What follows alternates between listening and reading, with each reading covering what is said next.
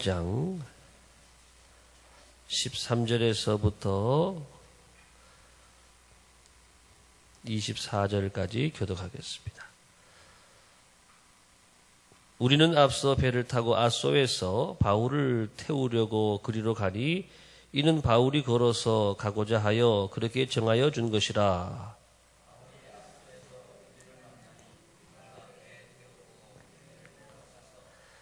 거기서 떠나 이튿날 기오 앞에 오고 그 이튿날 사모에 들르고 또 그 다음날 밀레도에 이르니라.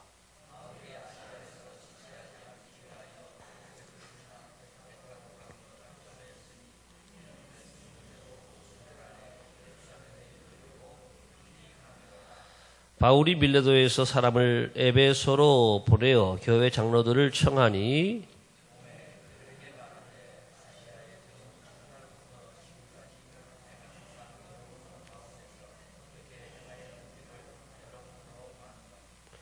곧 모든 겸손과 눈물이며 유대인의 간계로 말미암아 당한 시험을 참고 주를 섬긴 것과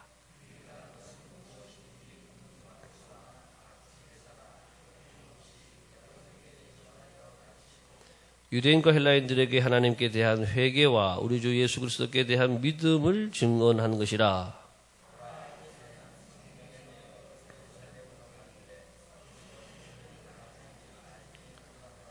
오직 성령이 각성에서 내게 증언하여 결박과 환난이 나를 기다린다 하시나 내가 달려갈 길과 주 예수께 받은 사명 곧 하나님의 은혜의 복음을 증언하는 일을 마치려 하면은 나의 생명조차 조금 더 귀한 것으로 여기지 아니하노라. 아멘. 벽에 나오신 여러분 모두에게 주님의 성령이 오늘 밤에 충만하시길 예수님의 이름으로 축복합니다. 함께 인사하겠습니다. 성령 충만하십시오. 좁은 길을 걸으며 밤낮 기뻐하는 것 주의 영이 함께함이고 주의 성령이 우리와 함께하면 항상 기뻐하고 또 감사하고 어떤 시험 환난도 승리하며 살게 되는 줄을 믿습니다. 자, 성령의 역사, 우리 사도행전은 바로 성령의 역사를 기록한 책인데, 자, 이제 오늘 지도를 다시 한번 더 보겠습니다. 자, 지도가 잘 글씨가 보이나요? 안 보이나요? 예, 보이시는 분도 계시죠? 뒤에 잘 안 보이시면은 좀 앞에서 보시면 좋은데, 드로아라고 하는 우리 가운데 중앙에 바다 우측에 보면 드로아라고 있죠? 지난주에는 드로아에서 유두고가 설교를 듣다가 7일 동안 거기서 머물렀는데 드로아에서 마지막 날 7일째 되는 날 거기서 설교하는데 한밤중에 오랜 시간 설교하다 보니까는 유두고가 삼층에서 떨어져 죽었어요. 그렇지만은 하나님께서 또 바울에게 능력을 더하셔서 죽은 생명을 살렸다. 바로 그 말씀이 지난주의 말씀이고 오늘은 드로아에서 아소라고 있죠. 아소, 그 밑에 이 아소라고 하는 이 지역에 이제 가게 되는 말씀입니다. 자, 이제 오늘 잠깐 지도를 보면은 이제 아소에서 미둘레라고 있죠. 미둘레레. 그 다음에 그 기오라고 있고 사모 쭉 이렇게 해서 저기 두로로까지 이어지는 건데요. 오늘은 이제 밀레도까지 가는 그 여정이 나와 있습니다. 밀레도, 에베소 밑에 밀레도가 있죠. 자, 드로아, 아소 해서 밀레도, 에베소 밑에 밀레도까지 가는 그 여정인데, 먼저 첫 번째 말씀 보겠습니다. 자, 오늘 약간 우리 여행 중에 독특한 하나의 사건이 발생이 됩니다. 그것이 뭐냐 하면, 첫 번째, 주님과의 교제 시간. 우리 바울이 주님과의 1대1 교제 시간을 가지는 거예요. 13절을 볼까요? 시작. 우리는 앞서 배를 타고 아소에서 바울을 태우려고 그리로 가니 이는 바울이 걸어서 가고자 하여 그렇게 정하여 준 것이라. 드로아에서 우리가 배를 타고 누가가 기록했으니까 우리라고 표현한 겁니다. 이렇게 배를 타고 지금 가는데 바울은 거기서 만나기로 한 거예요. 아소에서 바울을 태우려고. 왜냐하면 바울은 걸어서 도보로 이동을 한단 말이에요. 이는 바울이 걸어서 가고자 하여 그렇게 정하여진 것이라. 앞에 화면을 같이 읽어보겠습니다. 시작. 드로아에서 아소까지는 약 40킬로로 바울은 계속되는 사역 중에 하나님 앞에서 자신과 자신의 사역에 대해 생각하는 시간을 가지고자 했다. 여러분, 거리가 40km예요. 40km는 여러분들이 시속 얼마나 걷는지 아세요? 제가 요즘 등산을 하다 보니까 요즘은 앱으로 그런 게 다 나와 있어가지고 제가 매일 테스트를 하는데 딱 누르고 올라가면은 시속 3점 올라가고 내려오고 3.6km 또는 빠르면 3.9km가 나오더라고요. 도보로 가게 되면 한 4.5km 정도, 시속 4.5km가 나오겠죠. 천천히 걷는다 해도 시속 4km로 보게 되면 40km면 몇 시간 가야 되죠? 산수인데 10시간. 10시간 정도 걸어야지 되는 짧지 않은 거리입니다. 꽤 긴 거리인데 그 거리를 지금 바울이 혼자 간다라고 하는. 여기서 잠실까지가 한 40km 되지요. 잠실까지 정도 될 것 같은데 40km 정도 거리를 혼자서 가고 다른 모든 일행들은 배를 타고 가게 하고. 왜 혼자 가느냐? 그것은 바울이 혼자만의 시간을 가지고 싶었다. 여러분, 우리가 믿음 생활이라고 하는 것은 함께와 혼자를 잘해야 돼요. 따라 합시다. 함께와 혼자를 잘해야 된다. 어떤 분들은 함께는 열심히 하는데요, 혼자는 하나도 안 해요. 그런 분들 계시죠. 함께 모일 때는 열심히 모여요. 함께 모여서 예배 드리고, 함께 모여서 말씀 듣고 은혜 나누고, 함께 모여서 교제하는 것에는 열심히 하는데 혼자를 안 해요. 혼자. 하나님 앞에 혼자 나가는 시간 안 하게 되면 무슨 문제가 있느냐 하면 하나님과 나 사이에 이 신앙의 이 줄이 연결이 안 되는 거예요. 신앙의 이 믿음의 깊이, 따라합시다. 깊이. 신앙의 깊이가 뿌리를 내리지 못해요. 깊이 하나님과 내가 알아가는 신앙의 깊이가 있어야 되는데 깊이가 없어지는 거예요. 그래서 여러분, 함께도 잘 해야 되지만 혼자도 잘 하시길 바랍니다. 그러니까 어떤 분들은요, 혼자만 하는 분들이 있어요. 교회에 와도 교제하지 않습니다. 그냥 왔다가 그냥 집에 가고. 늘 혼자서 집에서 믿음 생활 또 기도 생활 또 하는 분들 계시죠. 혼자서 기도하고 또 혼자서 주님 만난 일은 열심히 하는데 함께 하는 자리는 잘 가려고 하지 않고 또 가지 않고. 그런 분들의 문제는 무슨 문제냐? 신앙의 넓이가 없는 넓이가. 나 혼자만 알고 주님과 나 사이는 좋은데 신앙의 넓이, 옆에 있는 성도는 없고 교제는 없고, 이런 삶은 수도원적인 삶이죠. 그런 분들 수도원에 가 있는 사람인데 수도원에서 가는 거기서는 하나님하고 교제만 하지만 교회라고 하는 것은 함께도 해야 되고 혼자도 해야 되는 줄을 믿습니다. 함께도 잘하고 또 혼자도 잘해야 조화가 있는 조화로운 균형 잡힌 하나님이 기뻐하시는 이 신앙생활을 할 수 있다라고 하는 것입니다. 여러분, 바울만 그러지 않았지요. 예수님도 말씀 보겠습니다. 같이 말씀. 마가복음 1장 35절 시작. 새벽 오히려 미명에 예수께서 일어나 나가 한적한 곳으로 가사 거기서 기도하시더니, 예수님도 수많은 사역을 감당하시면서 꼭 밤에 산에 올라가 기도하시거나 또 새벽에 일찍 일어나서 기도하시거나 혼자의 시간을 가졌다라고 하는 것입니다. 함께와 혼자를 잘해야 돼요. 여러분들이 내가 혼자가 부족한 분들은 혼자에 좀 열심을 내기 바랍니다. 나 혼자는 많이 하는데 함께가 부족한 분들은 함께 열심을 내야 됩니다. 그래서 함께와 혼자 이 신앙에 우리가 깊이도 잘 이루어가야 되고 또 넓이도 잘 이루어가야 하나님이 기뻐하는 좋은 믿음 생활이라고 하는 거, 오늘 우리 바울을 통해서 배우게 되는 겁니다. 수많은 지금 바울이 사역을 감당하면서 오늘 특별하게 이렇게 혼자의 시간을 보내는 것을 볼 수가 있습니다. 자, 이제 그 다음 페이지 한번 보겠습니다.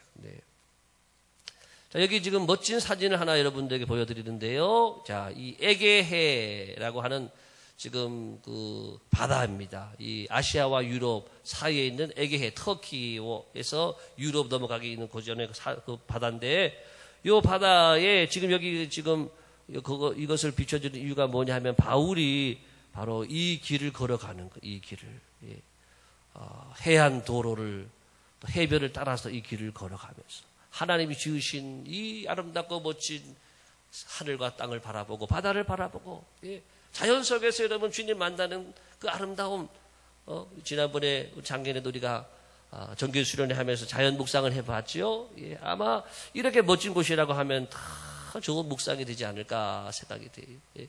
이런 길도 걷고 또 그 다음 길, 자, 요 길이 다 요 길은 또 아소로 가기 위해서는 요 산길을 또 건너야 된다, 걸어가야 된다고 합니다. 이 산길도 나오고 바닷가와 이 산길을 걸어가면서 주님이 지으신 자연 만물, 하늘과 땅과 만물, 산과 바다를 다 보면서 하나님, 제가 왜 이 길을 가야 합니까? 하나님, 저는 누구십니까? 하나님, 제가 앞으로 어떻게 해야 되겠습니까? 앞으로 내게 맡기신 사명 어떻게 다 감당해야 되겠습니까? 이 길이 너무나 힘든데 하나님, 제가 과연 이 일을 감당할 수가 있겠습니까? 이런 시간을 바울이 가지는 것이죠. 그래서 저도 목회 현장에 있으면서 꼭 1년에 2번 또는 한 3, 4번 꼭 이렇게 저를 돌아보고 또 목회를 돌아보고 그런 시간을 꼭 가져요.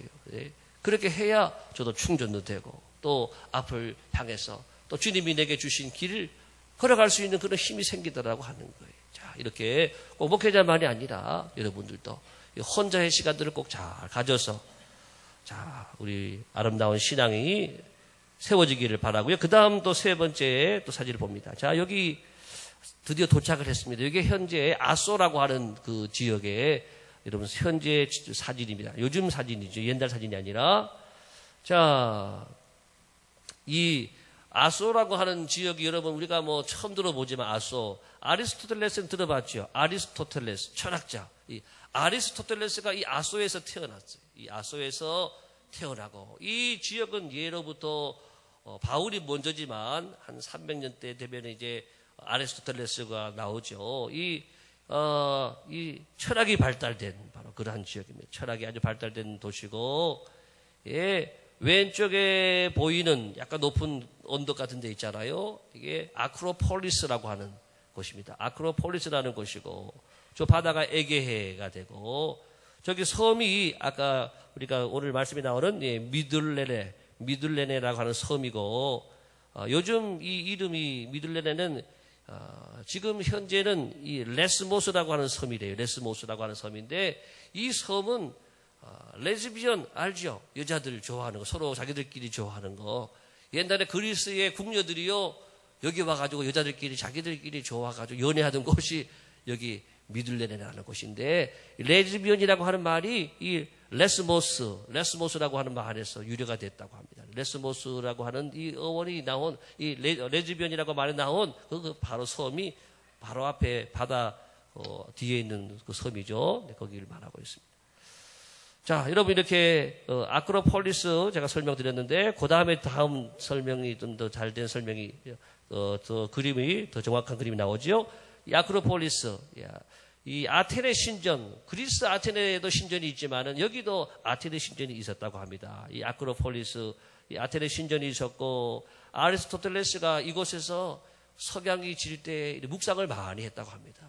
명상을 많이 했다고 해요. 지금도 석양을 이렇게 바라보면서 이곳에 가면 관광객들이 명상도 많이 하고 하는 이 아크로폴리스라고 하는 그 지역입니다.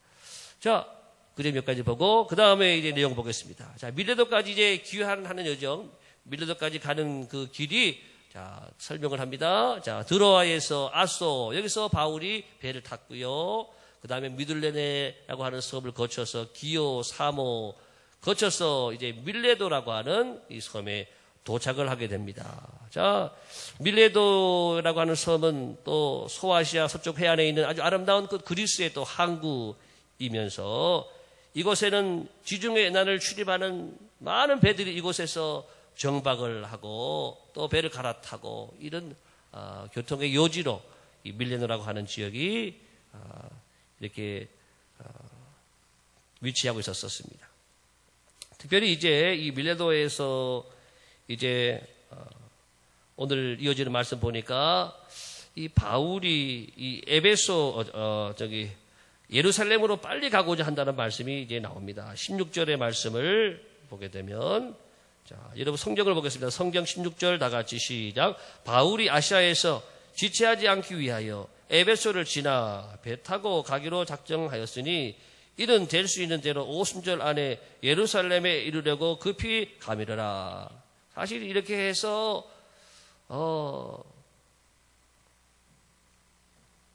계속해서 육상으로 갈 수 있었지만 이번에는 보니까 여정이 에베소를 지나 에베소를 가지 않습니다. 에베소를 가지 않고 이제 배를 타고 이렇게 예루살렘으로 빨리 가고자 했다. 그 이유가 무엇이냐? 이 예루살렘으로 빨리 가고자 했던 이유 중에 우리가 앞에서 이 아가야 지방에서 사실 바로 배 타고 가려고 했었잖아요. 그렇지만은 죽이려고 하는 이 사람들이 있다. 그 얘기 듣고 지금 육상으로 지금 돌아서 가고 있는 거거든요. 시간이 많이 늦어졌습니다. 마게도냐와 아가야 지방의 교회에서 이 모금한 헌금을 빨리 전달해야 됩니다. 이 돈이라고 하는 것은 오래 있다 보게 되면 위험하거든요. 불안하거든요. 예, 빨리 전달해야 되는 그런 것도 있고, 또 한 가지는 자 이렇게 두 번째 이 사도 바울이 오순절에 이제 가능하면 오순절 안에 빨리 가서 오순절에 이제 많은 성도들이 또 모이니까 많은 성도들이 모인 곳에서 또 복음을 증거하고자 하는 그런 바울의 열정, 바로 이 열심으로 인해서 이렇게 빨리 가고자 했다라고 하는 것입니다. 자, 이제 바울의 헌신적인 사역이 이제 18절에서 21절까지 보게 되면 바울이 이제 에베소의 장로님들을 부릅니다. 에베소 장로님들을 초청을 해가지고, 왜 에베소를 내가 직접 못 가니까 에베소를 안 가고 이렇게 이 밀레도에서 이 에베소 장로들을 초청해서 설교를 하는 내용이 이제 20장 이제 마지막 절까지 쭉 이어지는 말씀입니다. 자, 먼저 나오는 내용이 오늘 사도 바울이 그동안 내가 어떻게 사역을 했는지 바울의 이 헌신적인 사역을 소개하고 있는 말씀이 18절에서 21절까지 말씀이 나와 있습니다.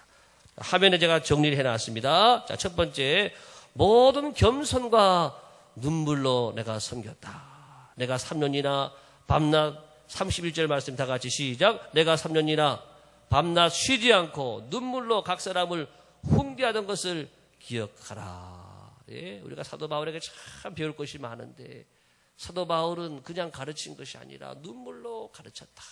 왜 눈물로 가르쳐야 될까요? 예, 그냥 알아들으면 좋은데 알아듣는 게 아니라, 예, 앞에서는 알아듣는 것처럼 보이지만 조금 지나면은 알아듣지 못하고 또 말씀과 또 다르게 살아가고 세상에 또 나가게 되고, 자, 이런 이 삶의 모습을 우리가 보일 수밖에 없는 성도들의 삶인데, 에베소에서 우리가 앞에 나온 말씀에서 2년 동안 두란노선에서 가르쳤고 또 석 달 동안 해당에서 가르쳤고 또 등등 오고 가면서 방문한 거 다 포함하면 3년 정도 시간이 됩니다. 이렇게 3년여 시간을 밤낮 이렇게 쉬지 않고 눈물로 각 사람을 훈계하던 것을 기억하라. 우리 교회 일꾼들은 여러분 눈물로 하나님께 기도해야 될 줄을 믿습니다. 교회는 그런 말이 있어요. 교회는 기도회에 기도가 교회를 채울 때, 기도의 눈물이 교회를 채울 때, 눈물이 교회에 채워질 때 하나님이 교회를 또 세워주신다, 그런 말씀이 있어요. 우리는 교회를 위해서 여러분 많이 우시기 바랍니다. 별로 울고 싶지 않으셔도 우시기 바랍니다. 우리가 많이 울어야 돼요. 교회를 바라보면서 울고 나 자신을 바라보며 울고 성도들을 바라보면서 울고 우리의 부족함, 연약함을 바라보면서 우리가 늘 울어야 돼. 사도 바울이 그렇게 겸손과 눈물로 이렇게 섬겼다라고 하는 것. 두 번째는 유대인의 관계로 말미암아 당한 시험을 참고 주를 섬겼다. 여러분, 우리가 교회 생활, 믿음 생활 하게 되면 시험이 많습니다. 세상에 여러분 있으면 시험이 있을까요, 없을까요? 없어요. 세상에는 내가 살고 싶은 대로 살면 되는 거예요. 그런데 교회는 내 믿음을 지키며 살아야 되고 하나님의 영광을 위해서 내가 살아야 되고 하나님의 뜻을 따라 살아야 되고 하기 때문에 잘 하려다 보게 되면 이제 시험이 많이 생겨요. 시험이. 사람들로 인하여 오늘 보니까 유대인의 관계로 말미암아. 왜? 마귀는요, 잘 되는 거는 죽어도 못 보거든요. 우리 가정이 잘 되면은 못 봐요. 하나님 잘 생기려고 하면은 마귀가 못 보는 거예요. 그래서 집안에 여러 가지 어려움을 주는 거예요. 자꾸. 교회도 잘 되는 교회 있으면은요, 마귀가 못 보는 거예요. 그래서 사람들의 마음을 흐트러 놓고 관계에 간사한 계획을 가지고 아주 간악한 계획을 가지고 교회를 어지럽히고 어렵게 하고 이게 다 마귀의 작전이라고. 왜? 그렇게 해야 자기들이 교회를 넘어뜨리려고 하는 거니까. 자기들이 그래서 좀 배불러 보려고 하는 거니까. 여러분, 교회는 시험이 항상 있다. 따라합시다. 시험은 항상 있다. 중요한 것은 시험을 이기는 것인 줄을 믿습니다. 여러분, 성경에 어떤 인물도 시험 없는 사람 하나도 없잖아요. 예수님도 시험 당하시고, 바울도 베드로도 다 시험 당하고.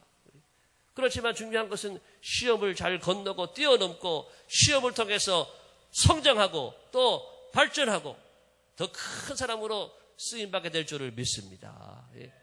시험이 없으면은, 징계가 없으면 뭐라 그랬어요? 사생자라 그랬단 말이에요. 우리는 하나님의 아들이기 때문에, 자녀이기 때문에 시험이 반드시 있단 말이죠. 그렇지만 시험을 참고 견디는 자는 복이 있는 줄을 믿습니다. 시험을 통해서 우리가 더 큰 그릇으로 빚어지고 준비되고 쓰임받게 되는 것이. 그 다음 세 번째 유익한 것은, 다 같이 시작. 유익한 것은 무엇이든지 공중 앞에서나 각 집에서나 꺼리낌 없이 다 전하여 가르쳤다. 공적으로 사적으로 유익한 것, 다 말씀이죠. 하나님의 귀한 영적인 진리들을 다 전하여 가르쳤다. 네 번째 시작. 유대인과 헬라인에게 하나님께 대한 회개, 예수 그리스도에 대한 믿음을 증거했다. 유대인이든지 헬라인이든지 누구에게서든지 하나님께 대한 회개와 예수님에 대한 이 믿음을 증거. 그래서 다 회개하고 예수 믿고 구원받은 이 복음의 사역에 바울이 모든 것을 쏟아부었다. 에베소 교회 장로님들에게 하는 말씀이에요.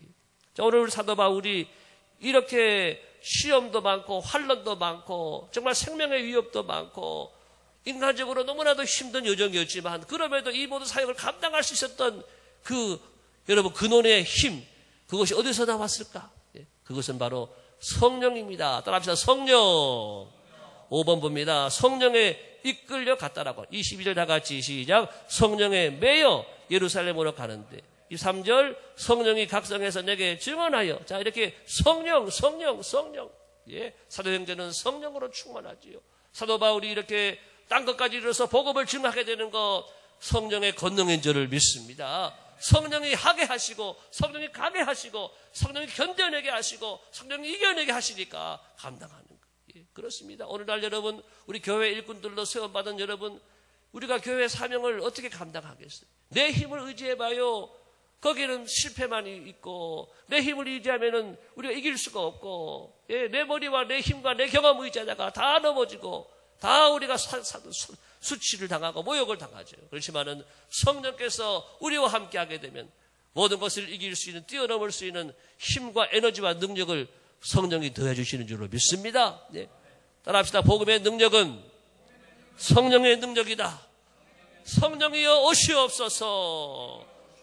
우리 교회가 복음의 능력이 있는 교회가 되기 위해서는 성령이 충만한 교회가 되고, 목회자나 장로님들이나 우리 모든 집사님, 권사님들 모두가 하나님의 성령에 붙잡히시기를 예수님의 이름으로 축복합니다. 성령이 이끌어 가시는 교회가 되고 성령이 사역하는 교회가 되어야 정말 이 시대에 쓰임받는 우리 공통산교회 세워지게 될 줄로 믿습니다. 바울을 바울되게 한 것은 성령이라고 하는 것입니다. 자, 이제 말씀 마태복음 4장 1절도 봅니다. 마태복음 예수님의 말씀인데요. 시작. 그때에 예수께서 성령에게 이끌려 마귀에게 시험을 받으러 광야로 가사. 예수님도 마귀에게 시험 당하셨지만 어떻게 이기셨느냐? 성령에 이끌렸다라고 하는 거예요. 성령이 이끌어 가시니까, 예수님도 하나님의 아들이시지만 성령이 이끌어 가시고 몰아가시니까 다 이겨내는 거예요. 사도행전 16장 6절 봅니다. 시작. 성령이 아시아에서 말씀을 전하지 못하게 하시거늘 부르기아와 갈라디아 땅으로 다녀가. 성령께서 우리의 갈 길을 다 가르쳐 주는 거예요. 성령께서 막으시면은 막는 대로 우리가 멈춰야 되고, 가게 하시면 가야 되고, 뛰게 하시면 뛰어야 되고, 자게 하시면 자야 되고, 우리 모두가 성령에 민감하기를 예수님의 이름으로 축복합니다. 하나님의 사람, 믿음의 사람들은 성령에 민감한 사람들이, 내가 하고 싶은 대로 하는 게 아니에요. 내 기분과 감정대로 하는 게 아니에요. 성령님께서 어떻게 말씀하시나 듣는 거예요. 성령님, 내가 어떻게 해야 되겠습니까? 어디로 가야 되겠습니까? 예수님, 내가 어떻게 가야 되겠습니까? 어떻게 해야 되겠습니까? 묻는 삶을 살아가시기를 축복합니다. 우리가 묻고 여쭙고 기도하면요, 주님이 우리 마음에 감동을 주셔요. 우리 마음에 말씀을 떠오르게 하셔요. 우리 마음에 길을 보여주세요. 우리는 성령에 민감하고 늘 성령의 인도를 잘 받으셔서 주님이 기뻐하시는 믿음의 길을 잘 달려가기를 축복합니다. 자, 이제 6번 봅니다. 이제 말씀 그 다음에 그렇지만은 바울을 기다리는 결박과 환난. 자, 23절 봅니다. 시작. 오직 성령이 각성해서 내게 증언하여 결박과 환난이 나를 기다린다 하나. 여러분, 바울이 이 사역의 현장에 들어올 때부터 수많은 고난과 환난이 있었고 성령께서 계속해서 그것을 또 말씀하는 거예요. 너는 결박을 당하고 또 환난을 당할 것이다. 그러면은 결박을 안 당하는 길로 갈 수 있잖아요. 그 길을 피할 수도 있잖아요. 바울은 내게 그 결박과 환난이 기다리고 있고 내 앞에 있다고 했지만 쉬운 길을 찾지 않았습니다. 좁은 길을 걸어갔습니다. 하나님의 성령께서 감동하는 대로 순종하여 따라가는 거예요. 이것이 바로 사명자의 길인 줄을 믿습니다. 우리는 좀 어려운 길 오면 피하고 싶잖아요. 무거운 직분 맡기면은 아유 목사님 저는 못합니다. 저는 집에 이것도 있고 저것도 있고 직장에 이것도 있고 저것도 못합니다. 직분을 피합니다. 피해. 어려운 일 생기고 환난이 오고 여러 가지 시험이 오면은 직분을 피하려고 그러죠. 십자가를. 그렇지만은 즐거운 마음으로 십자가 지고 가라. 우리가 주님이 지신 그 십자가, 내 몫에 태인 그 십자가, 나도 져야 될 그 십자가, 여러분 우리가 지고 한 걸음 한 걸음 나가야 될 줄을 믿습니다. 환난이 옵니다. 결박이 내 앞에 있습니다. 그럼에도 불구하고 내가 그 길을 걸어갑니다. 그 길을 당연히 걸어가고 그 길을 내가 기쁨으로 걸어가고 당당하게 걸어갈 수 있는 그 이유가 뭐냐? 오늘 마지막 결론의 말씀입니다. 그것은 바울이 이런 멋진 사명관을 가졌기 때문에 그래요. 바울의 이 위대한 사명관이 바로 그 모든 환난과 결박도 아무것도 아니었고 그런 위협과 두려움 다 떠나갔다라고 하는 것입니다. 다 같이 말씀 보겠습니다. 성경을 보겠습니다. 성경 말씀 시작. 내가 달려갈 길과 주 예수께 받은 사명 곧 하나님의 은혜의 복음 24절 증언한 일을 마치려 하면은 나의 생명조차 조금 더 귀한 것으로 여기지 하려노라. 바울이 이런 사명관을 가지고 있었기 때문에 내 앞에 환난이 오고 결박이 기다린다고 해도 하나도 두렵지 않았다라고 하는 거예요. 정리해보면은 이 말씀에 보게 되면은요, 사명에 대한 모든 말씀이 사명의 A, B, C, D가 여기 다 나와요. 사명이 뭐냐? 사명. 자, 오늘 보겠습니다. 사명은 시작. 사명은 달려갈 길이다. 사명은요, 달려갈 길이. 누가? 내가 달려갈 길이 사명. 사명을 국어사전에서는 뭐라고 말하느냐 하면은, 맡겨진 임무, 이렇게 되어 있어요. 맡겨진 임무. 내가 맡겨진 임무, 내가 달려가야 될 길이 있어요. 그게 사명이라고 하는 거예요. 여러분이 달려갈 길이 있지요. 가정에서의 여러분 사명이 있습니다. 또 교회에서의 사명이 있습니다. 성도로서의 사명이 있고 직분자로서의 사명이 있습니다. 선생님으로서 교사로서의 사명이 있고 셀장으로서의 사명이 있고 또 우리 사역위원회 부장으로 다 여러분 사명이 다 있단 말이에요. 사명. 달려갈 길이 사명. 두 번째는 뭐가 사명이냐? 사명은 주님께로부터 받은 것. 주 예수께 받은 사명 그랬지. 사명은요, 내가 하고 싶은 거 하는 게 아니에요. 주 예수께로부터, 주님께로부터 받은 것. 따라합시다. 주님께로부터 받은 것이다. 우리 성도들의 사명은요, 주님이 주신 것이, 주님이 부여하신 것이. 우리가 이 연초에 이렇게 우리가 직분자들을 발표하고 그러면은 아유 목사님 또 이렇게 하셨다 생각하면 안 되는 거예요. 주님이 주셨다. 따라합시다. 주님이 주셨다. 주님이 우리에게 맡긴 사명이라고 하는 거예요. 우리는 모르겠지만은 주님이 왜 나를 또 여기에 훈련하고자 하는 뜻이 있는지 맡기시는 거예요. 주님이 주셨다. 주님이 주셨다라고 생각하니까 우리가 사명을 함부로 생각하면 안 돼요. 무겁게 생각을 하고 주님 앞에 우리가 이 사명을 감당해야 되고 주님 바라보며 사명 감당해야 되고 주님을 위해서 사명 감당해야 될 줄을 믿습니다. 달려갈 길, 그 다음에 주 예수께 받은 사명. 세 번째는 뭐예요? 시작. 사명은 은혜의 복음을 증거하는 것이다. 이 사명을 통해서 은혜의 복음이 증거되어야 되는 거예요. 내가 무슨 일을 맡아서 우리가 수고하든지 우리 성도들의 사명은요, 주님이 드러나야 될 줄로 믿습니다. 주님이 증거돼야 되고 주님의 복음이 증거가 돼야 되고 주님의 살아계심이 증거돼야 되고 하나님의 살아계심이 나타나고 증거되는 것, 하나님 영광 받으시는 것, 이것이 우리의 사명인 줄을 믿습니다. 그래서 사명은 내 자랑을 위해 사는 게 아니에요. 내 이름이 높아지고 내 명예가 올라가고 많은 사람들에게 내가 박수 받고 이거 사명 아니라고 하는 거예요. 물론 결과적으로 그렇게 박수 받을 수도 있겠지만은 사명의 진정한 목적이 뭐냐? 사명은 주님께 영광 돌리는 거예요. 은혜의 복음을 증거함으로 하나님께 영광 돌리고 하나님께 모든 영광과 찬송이 올려주는 거예요. 주님이 드러나야 돼요. 은혜의 복음을 증거하는 거예요. 네 번째 마지막 사명은 다 같이 시작. 생명을 다하여 감당하는 것이다. 그렇습니다. 사명은요. 한자가 여기 죽을 사자는 아니지만은 우리는 죽을 사자를 넣어야 돼. 사명은 뭐냐? 바울이 말하는 거예요. 생명을 내가 조금 더 귀한 것으로 여기지 아니하노라. 여러분 제일 무서운 사람이 누구냐? 목숨 거는 사람인 줄을 믿습니다. 목숨 걸고 달려오는 사람은 누구도 이길 수가 없는 거예요. 죽기 살기로 달려오는 사람들은 누구도 이길 수 없는 거예요. 사도 바울이 내 앞에 결박이 있고 환난이 있다 그래도 수많은 사람이 날 죽이려고 하는데 두렵지 않은 이유가 뭐냐?